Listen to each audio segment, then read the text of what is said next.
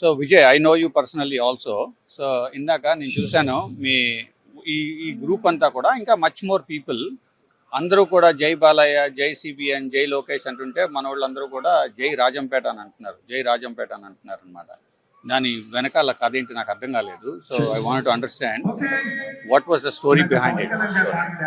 చంద్రబాబు నాయుడు గారు ఎన్నికల ప్రచారానికి వచ్చినప్పుడు రాజంపేటని ఖచ్చితంగా జిల్లా చేస్తాము, రాజంపేట ప్రజల ఆకాంక్ష, ఎన్నో సంవత్సరాల నుంచి ప్రజలు అన్ని వర్గాల వాళ్ళు రాజంపేట జిల్లా కావాలని కోరుకుంటున్నారు, రాజంపేటని జిల్లా చేస్తాము అని అన్నారు.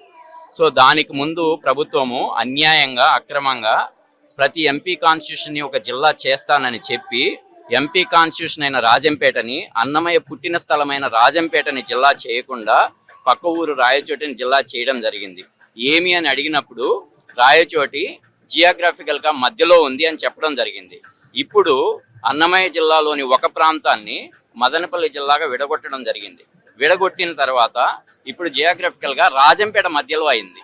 సో ఆ లాజిక్ ప్రకారం తీసుకున్నా కానీ రాజంపేటని జిల్లాగా చేయాలి, జియోగ్రఫికల్గా తీసుకున్న రాజంపేటని జిల్లా చేయాలి, హిస్టారికల్గా తీసుకున్న 1800s టైం నుంచే రాజంపేట ఒక revenue division.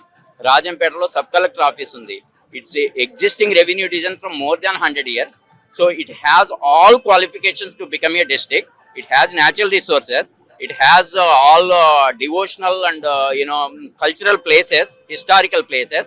And the district is named as Annamaya district. And Annamaya is from Rajampeta.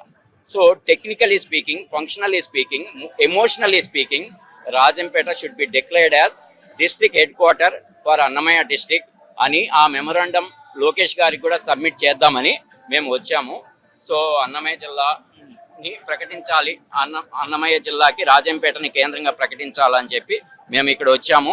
Lokesh గారిని కొన్ని నిమిషాల్లో కలవబోతున్నాము. మేము మా బాధని, మా ఎమోషన్స్ని లోకేష్ గారికి చెప్పబోతున్నాము.